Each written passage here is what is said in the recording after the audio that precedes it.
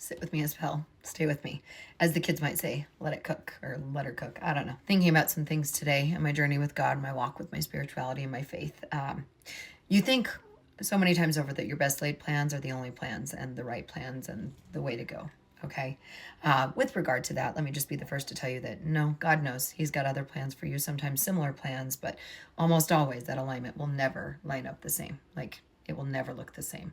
So you have to allow yourself to be surprised and delighted. And for a person like myself, I hate surprises and they bring me anxiety. So imagine the surrender that I have to take to walk with my faith, to walk in my faith, strong and confident. But I am. Here I am every single day. Thinking today about how we often put things into prayer and we think that whatever it is that we've asked for just instantly is going to come into fruition because we live in a society of instant gratification.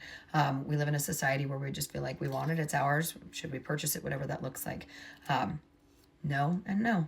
It was wild to me that I listened to somebody talk about this today and I was thinking these exact thoughts to share. And then I was like, holy crap. And he said it best. So he was talking about how we want microwave answered prayers in a time where God is in an oven, like he's got an oven running. And he does. He's baking that cake and he's putting that out there methodically, step by step, ingredient by ingredient. And he's asking you to be patient with that process. He's asking you also to be present in that process and to do the work. I said what I said. So the challenge is going to be worth the change always. So watch as you pray for something very specific, as the obstacles are placed in your path that feel really like something's out to get you, but in reality it's God who's like, hey, wake up, here I am. God's asking you to wake up, pay attention, open those eyes, and walk in the path that He's put before you, not the one that you've chosen for yourself. Here's where the magic kicks in. God knows what He has for you, right? And He knows the work that He has for you, but you're not ready for the thing that you're asking for yet, most likely. You might be ready for it 95% of the way, or it might be only 25% of the way. Nonetheless, He knows the building blocks that still need to happen and need to come and need to be something that you work on and work through. And maybe you're present with other spaces and areas in your life, be it parenting, your job, your relationships, whatever. And so it's one of those things that it's a timing game, and God's timing is always the right timing, the only timing. Divine intervention isn't for nothing. People always like to think it when it's like a miracle that comes through, when in reality, it happens every single day. Whether you stop fully at a stop sign, when you meet someone at the grocery store, when you have an opportunity to give to someone selflessly and without question, without judgment. Watched my daughter do that on Saturday for someone in the Smith's parking lot that definitely we could have just turned our eyes and looked the other way and pretended like we didn't hear him or see him. And neither one of us chose to do that. And we both had an engaging conversation. And what a lovely human he was. And then I watched my daughter ask him, do you need a couple of dollars? And then she said to me later, I had dollars that I could spare. I didn't need to do anything with those. They were a present from a family member. Like, what a beautiful thing. So you have to wait for God, and you have to understand that you're not ready sometimes because that work that's there, like what you'll do with a little, you'll do with a lot. And so you have to be prepared to sometimes walk a lot of miles and a lot of days and a lot of years. And sometimes it's just a short little blip. Other times you get the short blip because there's something far bigger on the other side that you never even considered. There's also that. And hear me out. This is why we don't judge. Your walk is not going to be another person's walk, not your neighbor's walk, your friend's walk, your parents' walk. Not even close. And God knew that and knows that. And your lived experience is going to be very different from someone else's. Your perspective, very different. And that's a beautiful, beautiful thing. But with regard to that, with respect to that, somebody being unsheltered or somebody needing drugs or alcohol to get through their day, that doesn't make them less worthy of respect and of being treated kindly. In fact, it's in those moments that you're given the opportunity to show God His love, because it's all about love. We're all supposed to come full circle with love.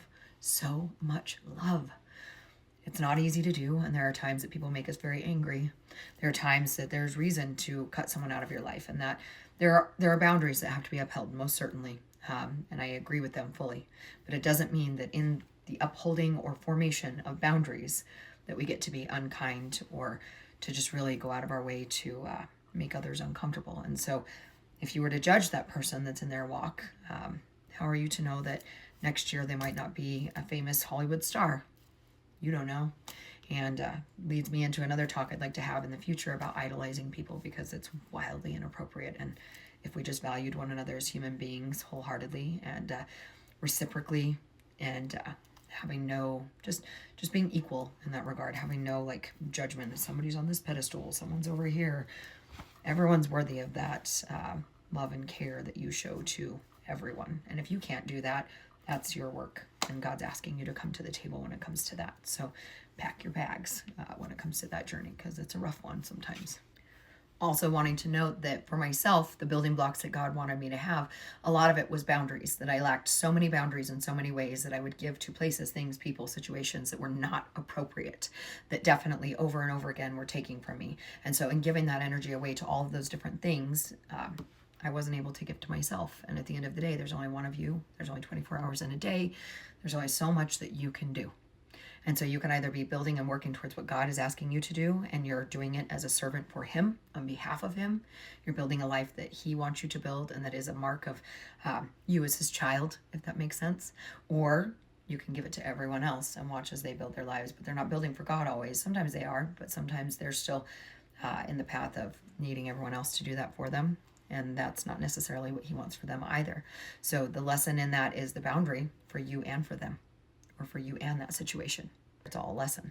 I think of a few different Bible verses which I'd like to share, and I wrote them down. Got a cute little kitty cat sleeping over here.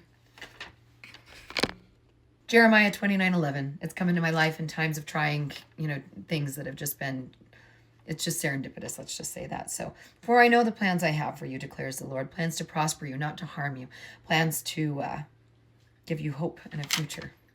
What a beautiful thing that He wants for us there, but you got to show up and do the work. It's not just going to be placed in your lap, right?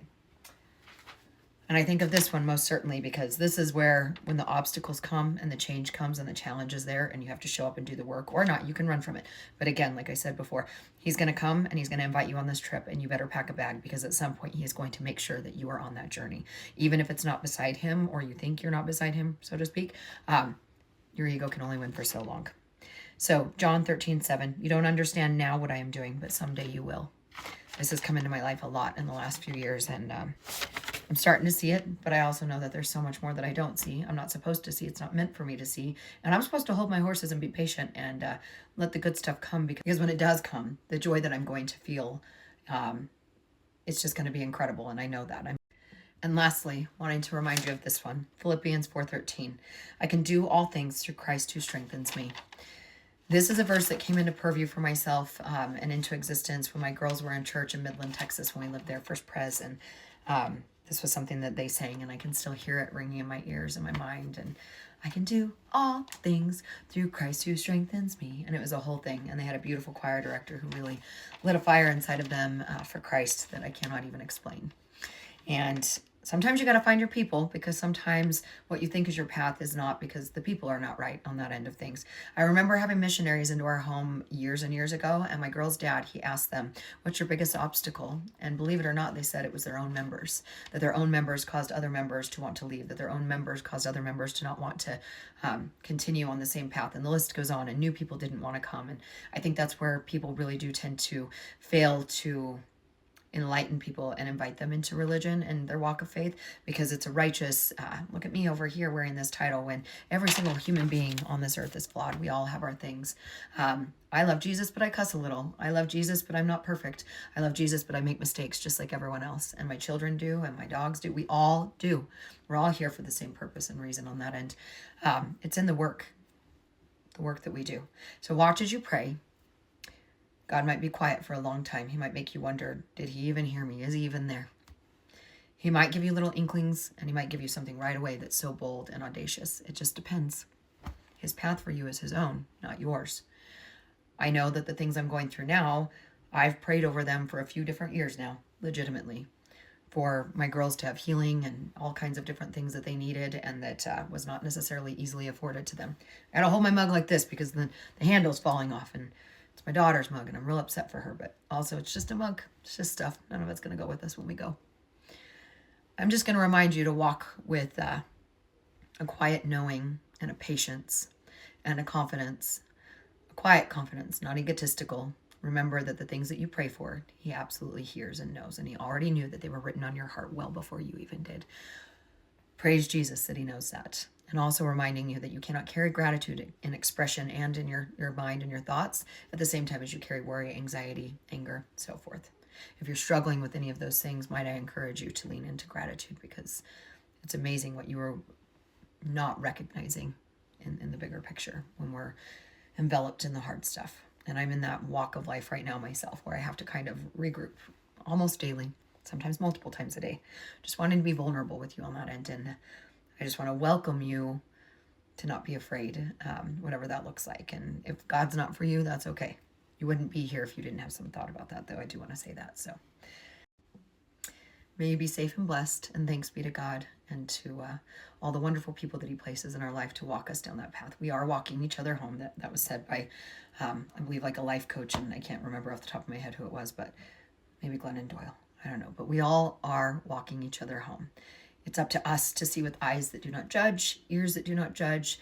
We don't repeat things that we don't need to. We don't say things that don't need to be said. We should be focused on our inner work. And I trust in the process of that. But I also know wholeheartedly, certainly, that when you're so dialed in to what it is that you're doing with God, your walk with God, you don't have time for anyone else's anything. You don't need to know what anyone else is doing. And that should always be that way. So just reminding us to be good to one another.